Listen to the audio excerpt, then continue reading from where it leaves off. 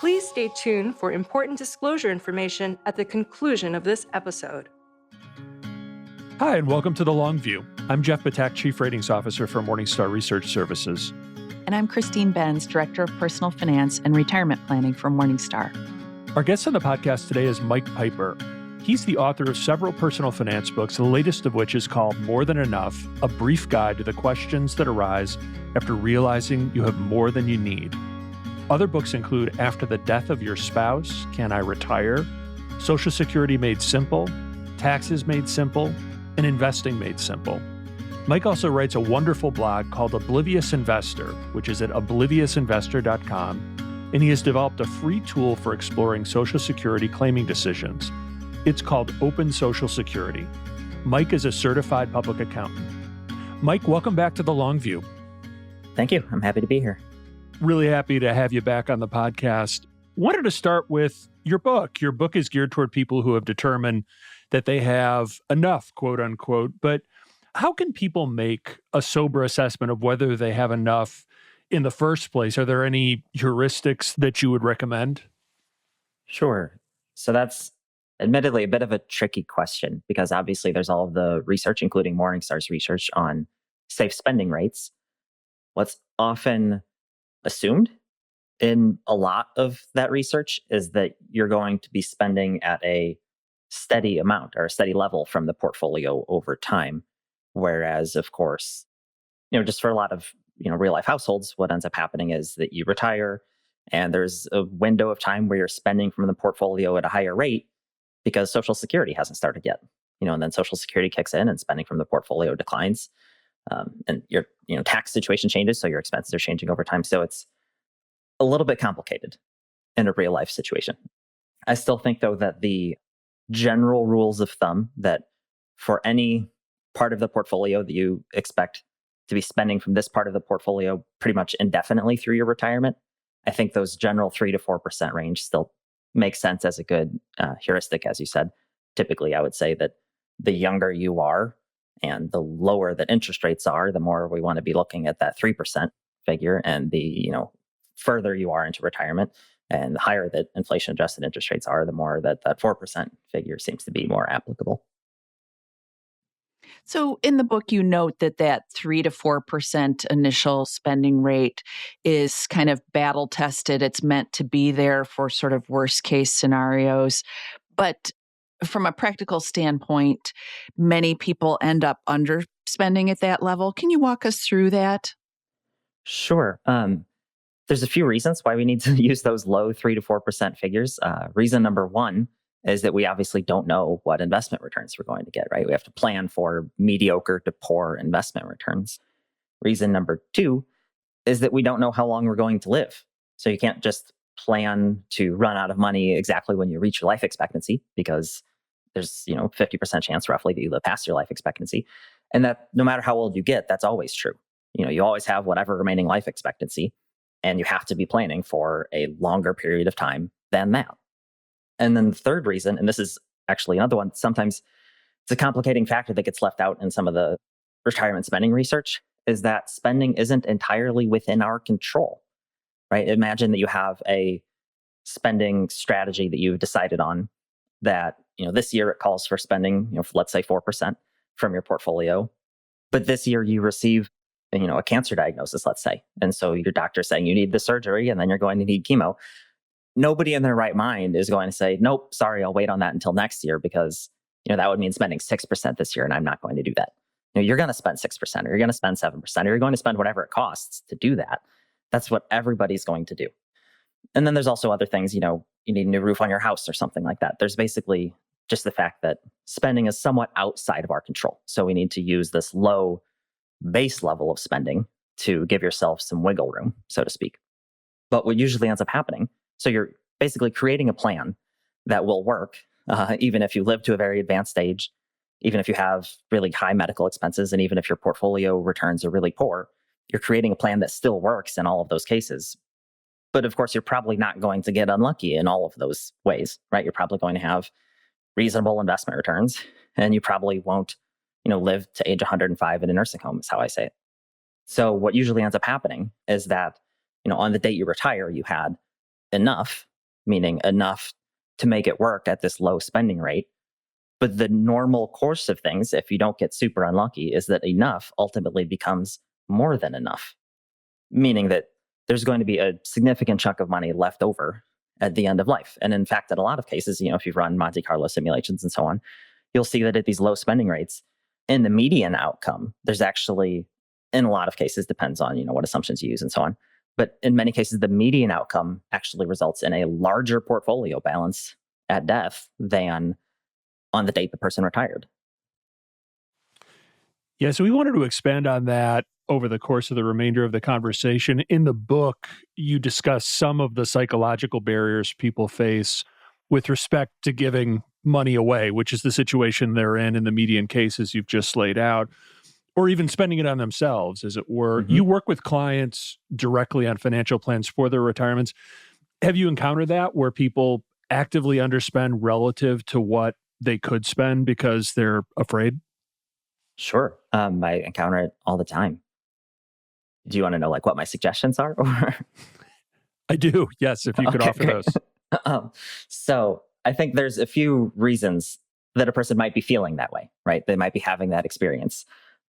I think sometimes it's just natural personality, right? The character traits that led a person to accumulate a large sum of money. It might be that they're an anxious person who's typically nervous about the future, right? And so they were, throughout their career, making a point to save at a high rate because they're nervous about the future. And so now that they're retired, they just still have that same personality trait. They're still nervous about the future. And so they're still feeling the same way, even though the actual financial reality of their situation is different. And so it's not really a surprise that people often feel that way. And so I think there's a few things you can do.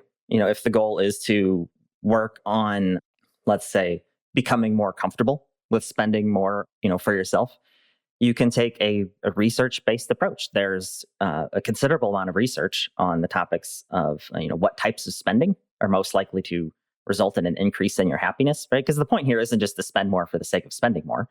The point is to, if you're going to increase your spending, it's to do it in a way that's going to make you happier, actually meaningfully improve your quality of life. And the two biggest things that I've seen coming out of research on those topics are that, number one, and you've probably encountered this research before, is that spending on experiences rather than spending on physical things tends to result in a greater increase in happiness. And conclusion number two is that spending that in some way strengthens existing social connections or helps you develop new social connections also tends to result in a significant increase in happiness. And that's particularly relevant in retirement scenarios because, what really happens unfortunately often is that on the date that somebody retires, they lose a lot of social connections that they've had, with coworkers and so on over many years. And so we actually see an increase in depression and anxiety coinciding with, the early stage of retirement. And that's a part of the reason why.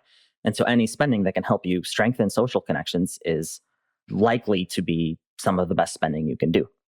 So to me, the obvious thing here to do is check off both of those boxes, meaning any spending that you can do that is an experience with loved ones is probably the best spending that you can do in your life, really, in terms of the likelihood that it'll increase your happiness. And so that could be, travel with family, paying for a vacation with the kids or grandkids or, whoever it is, a good friend.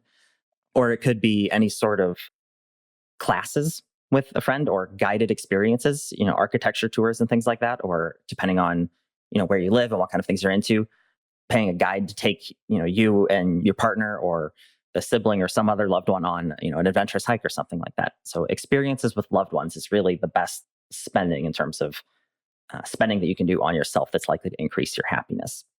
As far as learning to give, be more comfortable giving, that's a trickier one.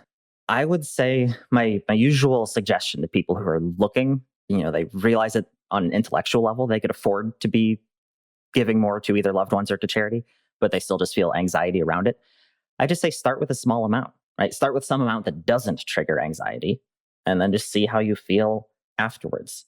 See if you felt nervous about it or if it, actually made you feel good. Because usually, frankly, that's what happens. The person ends up, they felt good about it, right?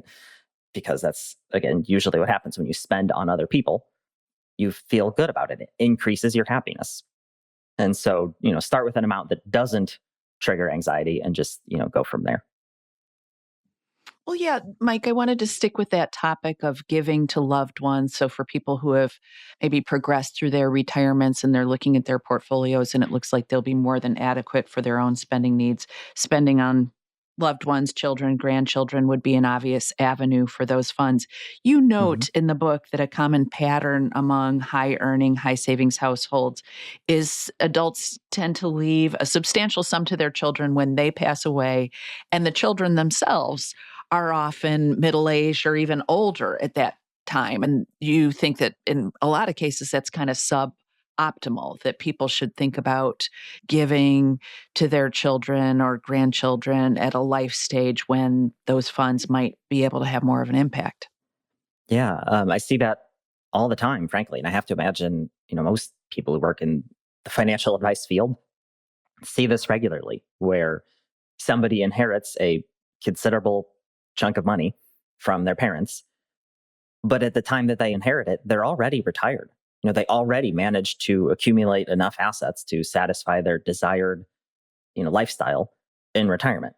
So this new chunk of money that they receive doesn't really do anything for them in any, huge, meaningful way. They already have what they need. And I think that's, by the way, just the normal course of things with, the way that life expectancies work in today's world, where people often, live into their 80s, sometimes 90s. And so if you think about how old a person typically is when they are having kids, that means that the kids are often going to be in their 60s. And so they're retired or nearing retirement. That's just kind of the way the math works.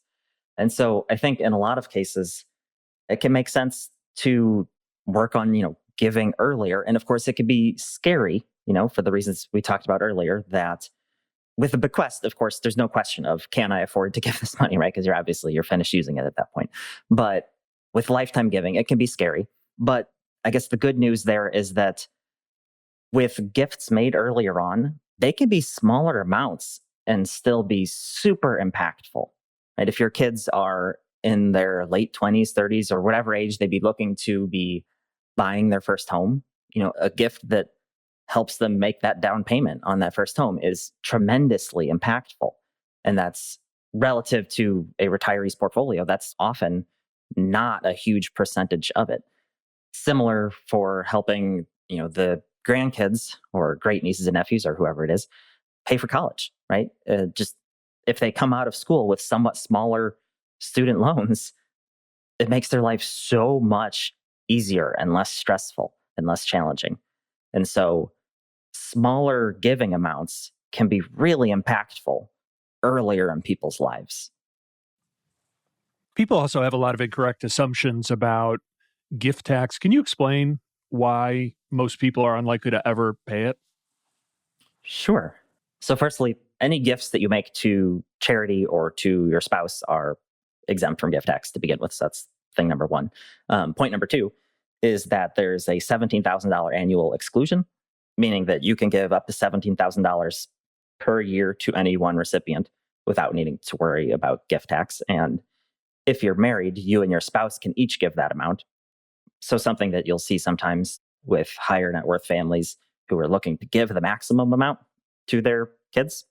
If it's a husband and wife who are looking to do the giving and you've got a child who is also married, both of the spouses can give that $17,000 amount to each of the spouses. So it's a total of $68,000 of giving in a given year before needing to tap into your lifetime exclusion. And that lifetime exclusion, that's point number three, reason number three why you generally aren't going to see any gift tax needing to be paid, which is that when you do exceed that annual exclusion amount, what ends up happening is any amount in excess of that, we call it the taxable gift for the year.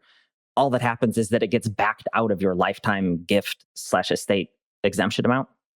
And right now, that lifetime threshold is about $13 million per person. So unless your total lifetime giving, and again, that's giving in excess of this annual $70,000 exclusion. So unless your total lifetime giving plus the amount you leave exceeds that threshold, then we're not going to be having to pay any gift or estate tax during the person's life. So, sticking with this kind of rarefied, admittedly, group, you do cover trusts in the book and discuss situations when they may be appropriate, things to bear in mind, and so forth. Talk about another topic where there's so much confusion about when to use trusts, different types of trusts. Can you talk about the situations when they would tend to be most appropriate? Sure. Just like you said, part of the reason for the conclusion, it's that there are so many different types of trusts and they're for different purposes. One reason, just a general catch-all reason why a trust can be useful is if you just want to exert some sort of control over these assets after your death. A common example is if you have an adult disabled child, then having a trust where you're funding the trust with your assets, or perhaps you're funding the trust with your assets upon your death. And then you appoint somebody as the trustee, whether that's a trusted family member or friend or a professional such as, a CPA or somebody, an attorney or somebody along those lines. And then those assets in the trust are for the benefit of your disabled child. So this money is going to be used for the benefit of your child, this person you love, but the decision making is left to somebody else, somebody who has better ability to make the investment decisions and spending decisions and so on. Another common example is people who are on, a second marriage, for instance, and one or more of the spouses have children from a previous marriage. There can be concerns about, if spouse A dies first and just leaves all of their assets outright to spouse B, maybe spouse B will leave all of the combined assets to their kids rather than leaving any to, spouse A's kids. So you can, spouse A and spouse B also separately, they can each create a trust, which will be funded with their own assets. And then maybe the income from those assets will go to the surviving spouse. But then upon the surviving spouse's death, then the remainder of the assets will go to the person's own children. So it's just anytime you want to have some sort of control over assets upon your death, trusts are useful. And then we were just talking about gift and estate tax. They can be useful for people who are concerned that they're going to be subject to estate tax. And what I see, frankly, most of the time, people who are subject to estate tax, it's not actually at the federal level because, again, that exemption amount is so high that it's more often that we're dealing with state level estate taxes because often they have exemption amounts that are much, much lower, as low as $1 million rather than the federal $13 million. And so trusts can be useful in various ways to minimize estate tax liability. And that's frankly a topic that if you think it might apply to you, it's a topic that you would want to talk to an attorney in your state because trust law, probate law, estate tax, all of these things vary by state. So you want to be working with an attorney in your own state who knows all of your personal details as well as all of the details of state law that are relevant. You also talk about naming a family member to be a trustee or using a professional trustee. Can you discuss the pros and cons of each setup? It seems like anecdotally, professional trustees can be pretty expensive. So maybe you can sort of talk about that as part of the pros and cons. Sure. The primary pro of using a family member is exactly what you said, that professional trustees can be expensive.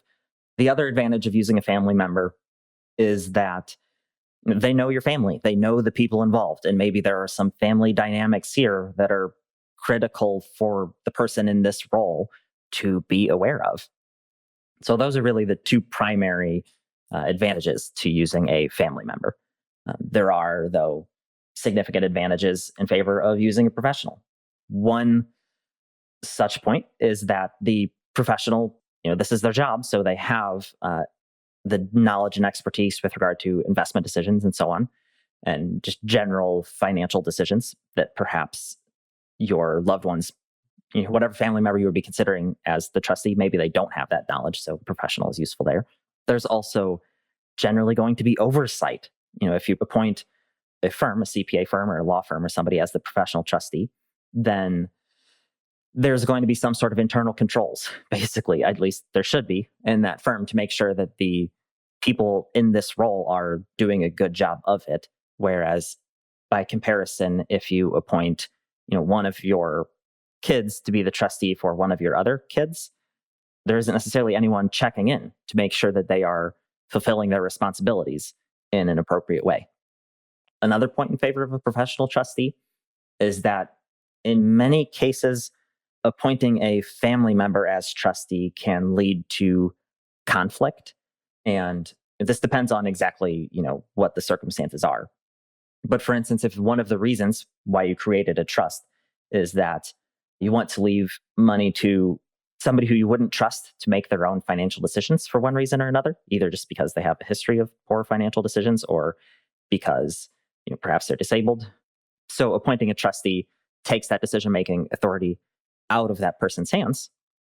But if you're putting that decision-making authority into a family member's hands, that can create conflict, right? Because the beneficiary of the trust can come to see that family member trustee as, an impediment, basically, the person who's keeping them from having access to their money.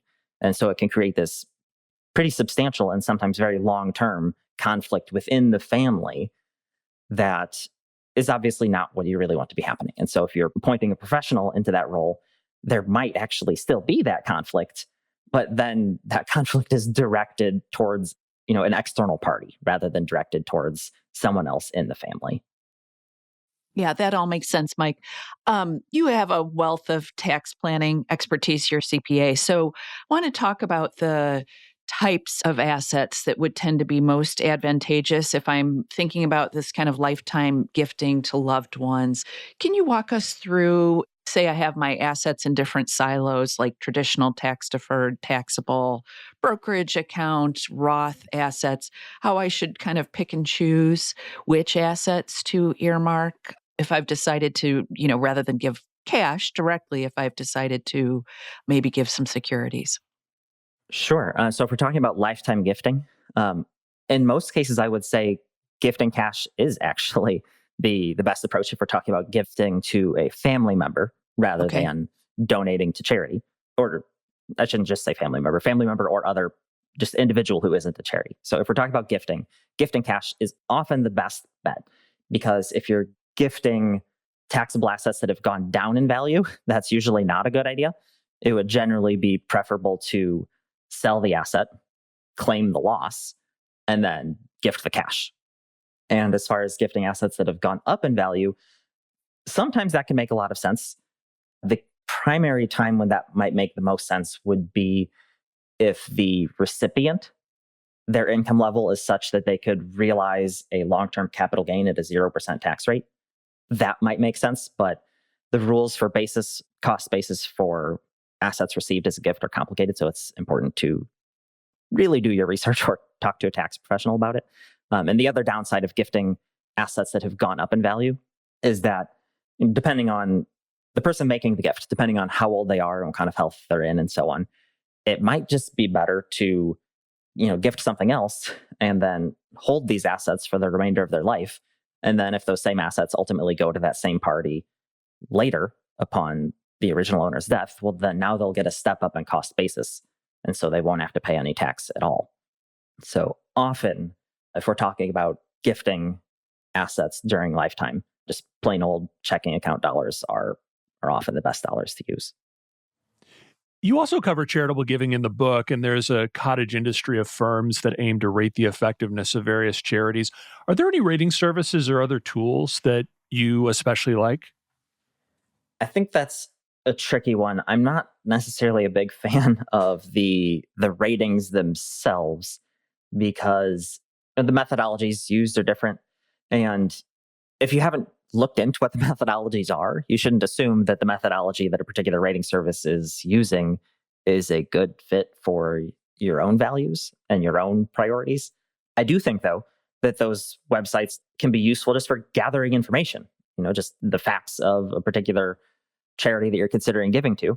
They'll usually make the nonprofit organizations Form 990. So that's the tax return that they have to file. They'll make that available so you can review that.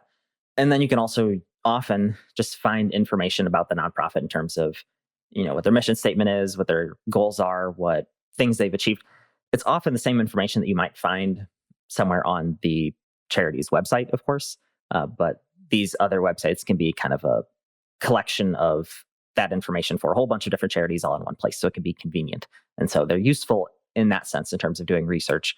But I wouldn't say that, if you're considering two charities and, a particular rating website gives one, an A and the other one a B+, then you should definitely give to the one with an A rating, because you might find that one is a better fit for you, even if they're the one with the B+ rating for one reason or another.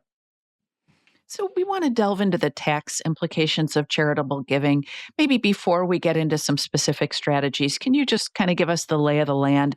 The typical person who is under 70 and a half doesn't have a lot of avenues for earning any sort of tax benefit for charitable giving. Can you talk about why that is?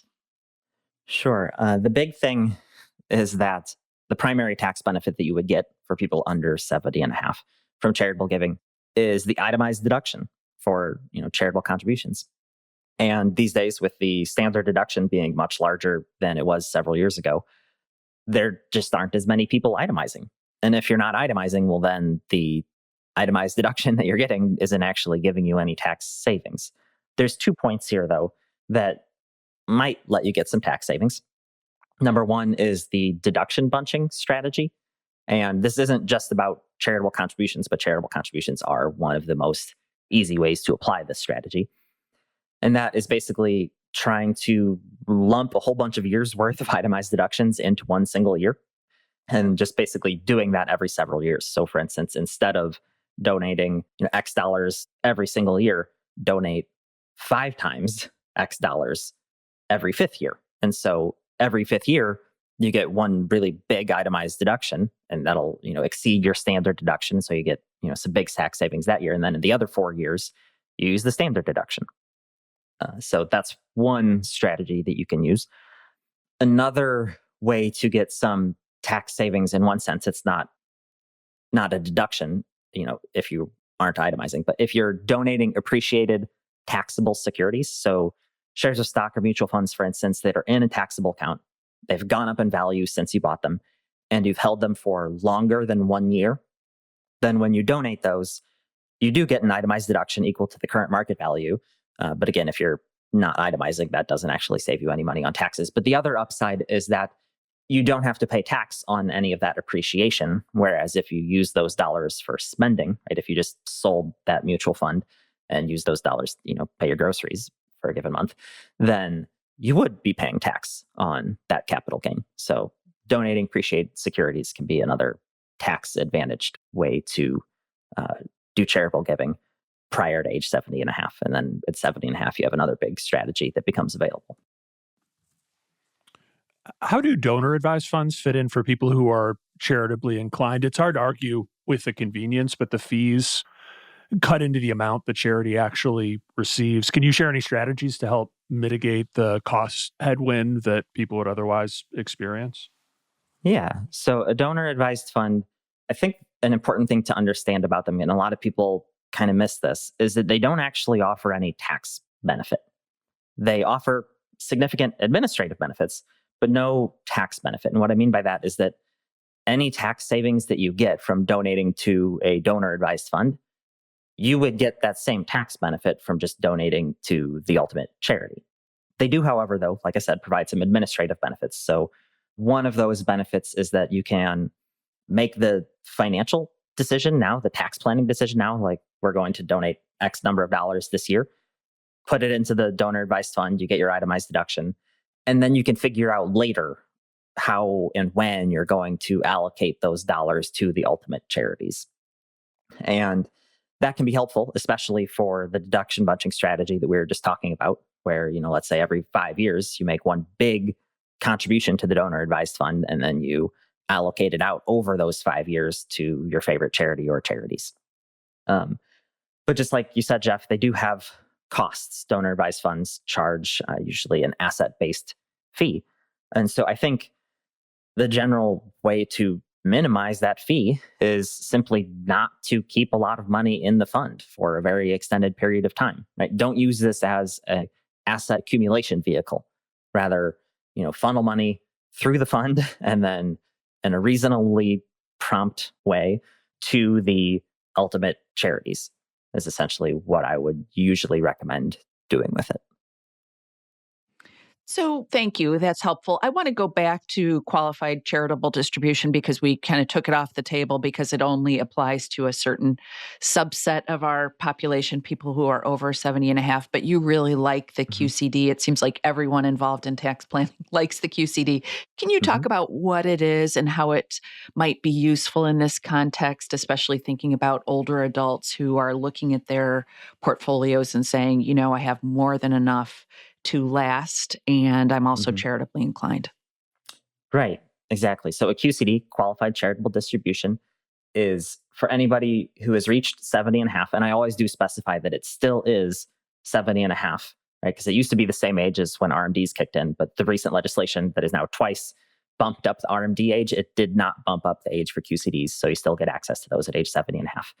And the way that this works is that basically you have money distributed directly from your traditional IRA to a nonprofit organization.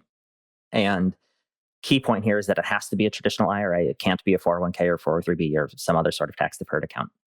And when you do this, when you have a qualified charitable distribution made from your traditional IRA directly to a nonprofit organization, what happens is two things. Number one is that the amount distributed is completely excluded from your gross income from the year.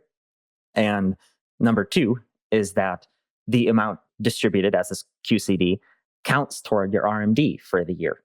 So basically, this can be a way to satisfy your RMD without actually incurring any taxes. So if you're considering doing any giving anyway, this is just such a good way to do it because you're satisfying your RMD, you're giving to the charity, you don't have to pay any tax.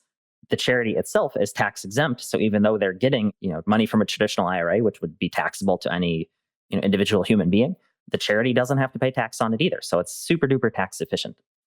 Another important point here, another thing that makes QCDs particularly tax efficient is that, just like we were talking about a minute ago, when you donate taxable dollars, checking account money, or you donate appreciated securities to a nonprofit, what you get in that case is an itemized deduction, which might not actually give you any tax savings if you're using the standard deduction.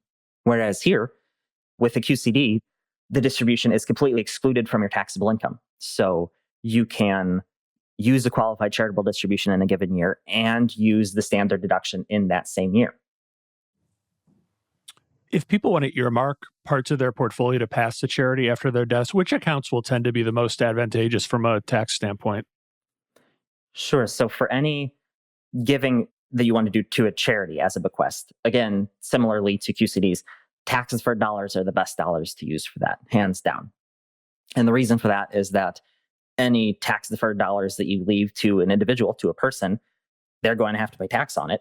So, an individual would much rather receive Roth dollars or taxable account dollars where they're going to get a step up in cost basis. They would much rather receive those than a tax deferred account. Whereas a charity is perfectly happy to receive the tax deferred account because, again, they're tax exempt. They don't have to pay tax on it. So tax deferred dollars are the best, most tax efficient dollars to leave to charity as a bequest. So I want to talk about asset allocation. We haven't really talked about how this portfolio should be positioned for someone who is looking at their assets and saying that they have more than enough. So, there are a couple schools of thought on this. You've got the Bill Bernstein model where his famous saying is, if you've won the game, quit playing. On the other hand, people with substantial financial resources are better equipped to absorb losses.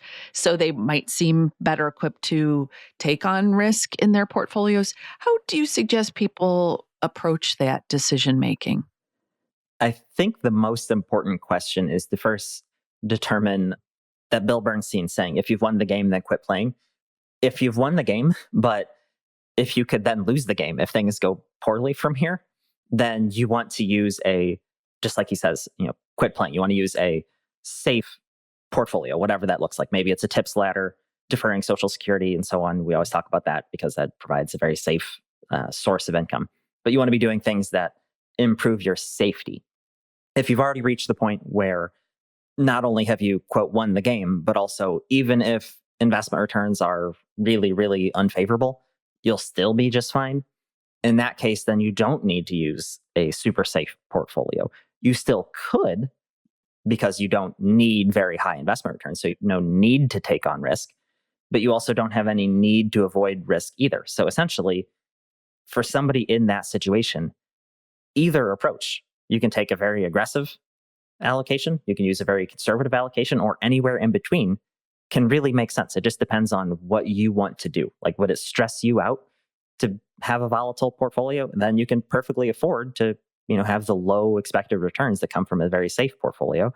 But if it wouldn't stress you out, it doesn't put your finances at risk, and you like the idea of just maximizing the amount that you would be expected to leave to your loved ones or to charity or whoever it is, then a very aggressive allocation could make sense, and anywhere in between is fine too, really. So, do you think mental accounting, like a healthy form of mental accounting, can be helpful in this context where if someone has like the overage portfolio, which are funds that they don't expect to spend during their lifetimes, could they silo it in some way, kind of segregate it from their spendable assets to just sort of make it easier to asset allocate each of those portfolios and then also to give themselves permission to spend from their own retirement assets? Sure. Yeah. I think mental accounting, it can be helpful. Just like you said, it could help you give yourself permission to spend. I think that could be a good idea. I'll also note that sometimes with mental accounting, we want to make sure that it doesn't get in the way of any other goals, right? If mental accounting, you've mentally segregated two different chunks out of your portfolio, sub portfolio A and sub portfolio B, but for a particular tax planning reason, in some future year, it makes sense to use part of portfolio B to satisfy goal A, well, then you should, forget about the mental accounting for a minute and just go ahead and do that. But yeah, if it gives yourself permission to spend, sure. Or if it makes you feel more comfortable using a, risk-heavy portfolio for the money that you're intending to leave to your kids, and that's your goal, then sure, I think it can make sense. Wanted to turn to tax strategies if we could. You're a CPA and tax expert. It's a good bet that one of the top questions you receive is whether to convert traditional IRA assets to Roth. What are the key questions someone should ask when pondering that decision? Yeah, this is literally the most common question I receive, hands down. And there's a lot going on here. It could definitely be a full episode all on its own, but some of the high level concepts. Point number one, when you make a Roth conversion, you are paying tax now so that you can avoid paying tax later. And so you want to ask, what tax rate would I be paying right now? And how does that compare to the tax rate that would be paid on these dollars later, whenever they come out of the account later, if I don't convert them right now? And there's a bunch of complicating factors here, things that you need to keep in mind.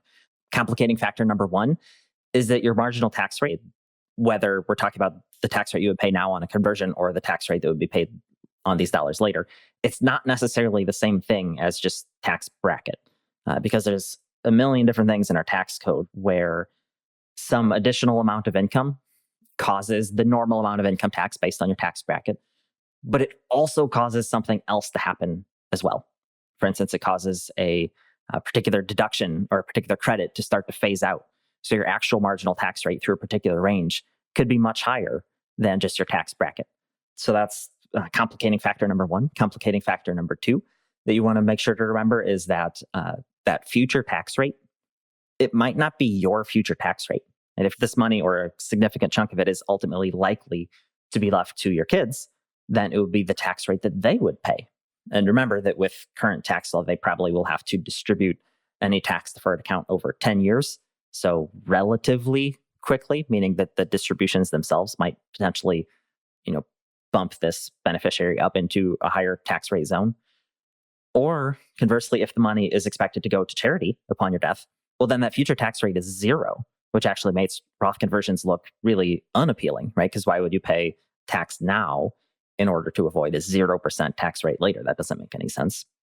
Another complicating factor that it's important to remember for a married couple is that there's very likely to be a period of several years where only one of the two of you is still alive.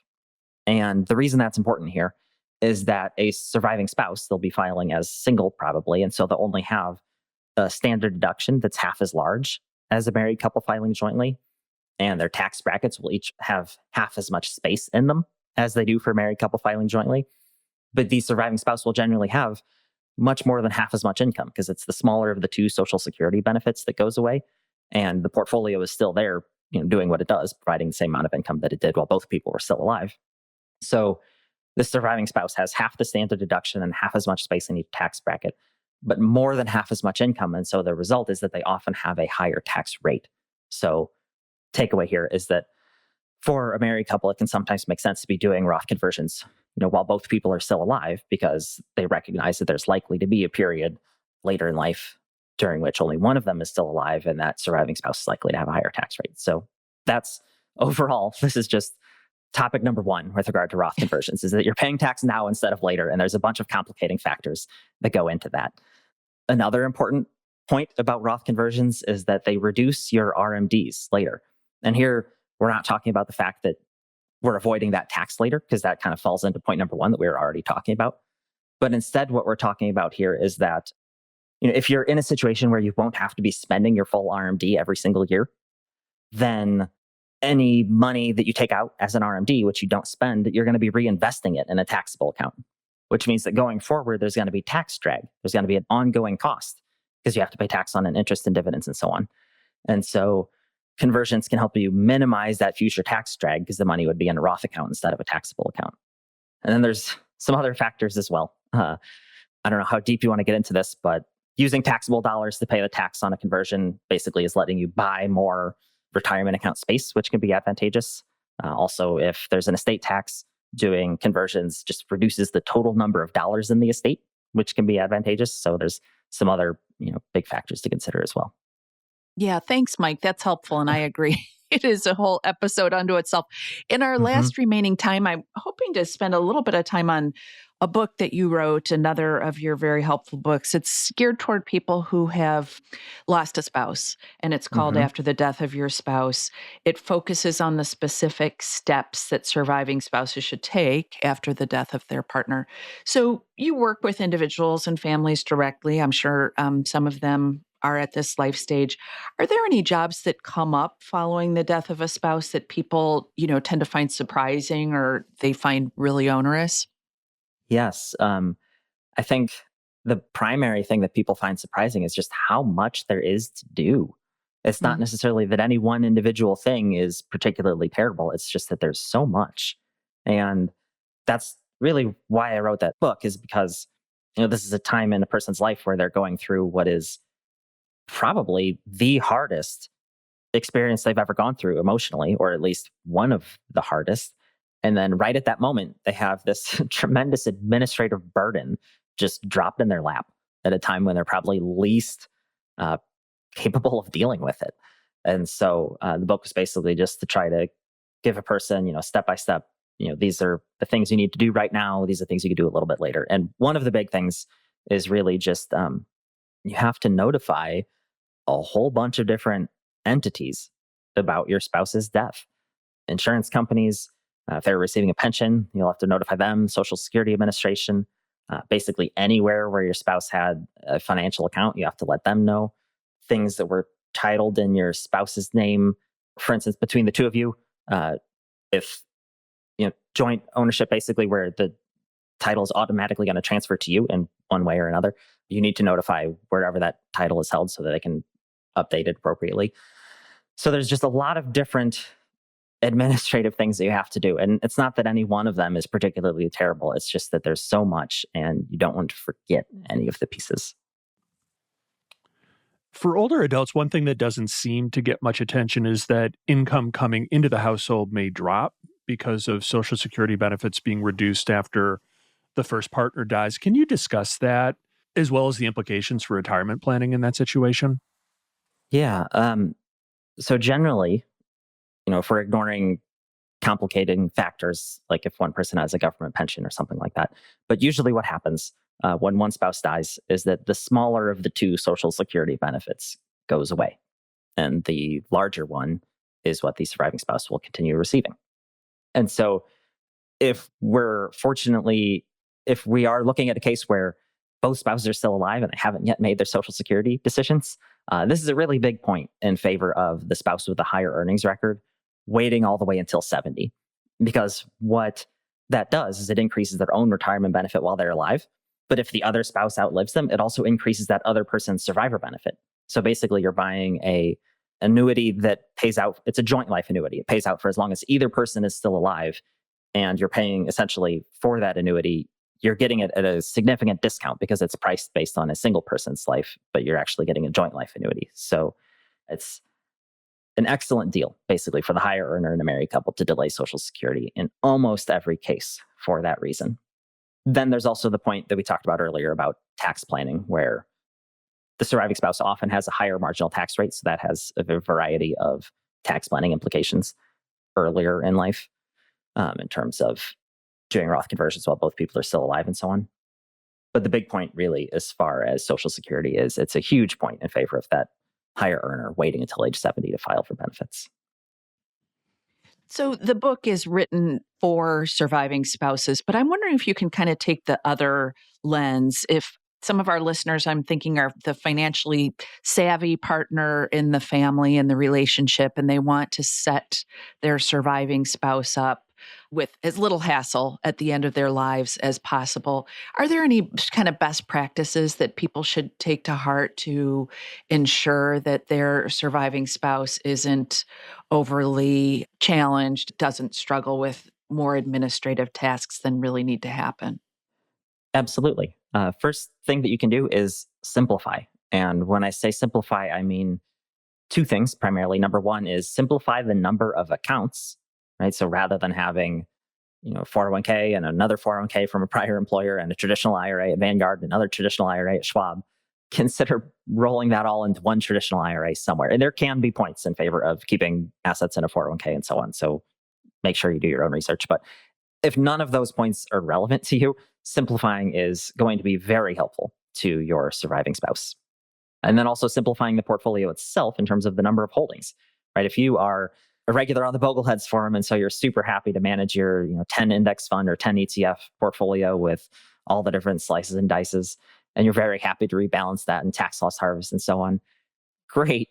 But does your spouse feel the same way?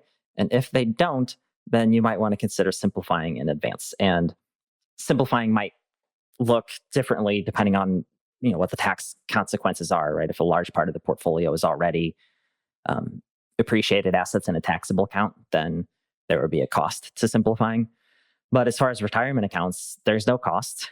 You can scale it right back to a very simple 3-fund portfolio, or frankly, I'm a big fan of 1-fund portfolios, whether it's a balanced fund or a life strategy fund from Vanguard or a target date fund. Even if you yourself don't see that as the perfect asset allocation, perhaps it's good enough. And if your spouse really isn't into this sort of thing, it's going to make it a lot simpler for them. So that's something you could do, is simplify. Another thing you can do is just make sure that your spouse knows where you have all of these financial accounts in terms of the financial institutions with which you have them. It's surprisingly common for people to literally not know. They don't know what insurance company the life insurance is through, for instance. And that's clearly not ideal. So make sure that you have some record somewhere that they know where it is that lists, this is who we have health insurance through. This is who we have life insurance through. This is who we have whatever. This is where the Roth IRA is. This is where your Roth IRA is, which hopefully they know, but maybe they don't. So records that show where everything is. And then also ideally, they have a way to log into your accounts. So whether you're using a password manager, for instance, that would be ideal. But if you don't, then at least knowing that they know where your passwords are, those are the biggest things you can do. Make sure that they have the information necessary and can get access to the information necessary, and simplifying in advance. I always talk about Social Security, so one more I'm going to throw in there is delaying Social Security benefits increases the amount of safe income that a surviving spouse would have.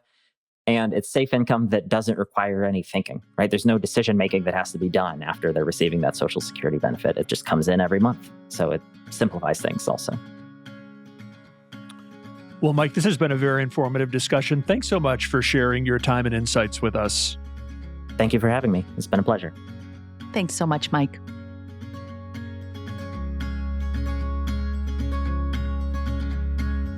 Thanks for joining us on The Long View. If you could, please take a minute to subscribe to and rate the podcast on Apple, Spotify, or wherever you get your podcasts. You can follow us on Twitter at SYouth1, which is SYOUTH and the number 1. And at Christine_Benz. George Cassidy is our engineer for the podcast, and Carrie Gretchick produces the show notes each week. Finally, we'd love to get your feedback. If you have a comment or a guest idea, please email us at thelongview@morningstar.com. Until next time, thanks for joining us. This recording is for informational purposes only and should not be considered investment advice. Opinions expressed are as of the date of recording. Such opinions are subject to change. The views and opinions of guests on this program are not necessarily those of Morningstar Inc. and its affiliates. While this guest may license or offer products and services of Morningstar and its affiliates, unless otherwise stated, he or she is not affiliated with Morningstar and its affiliates. Morningstar does not guarantee the accuracy or the completeness of the data presented herein. Jeff Patak is an employee of Morningstar Research Services, LLC. Morningstar Research Services is a subsidiary of Morningstar Inc.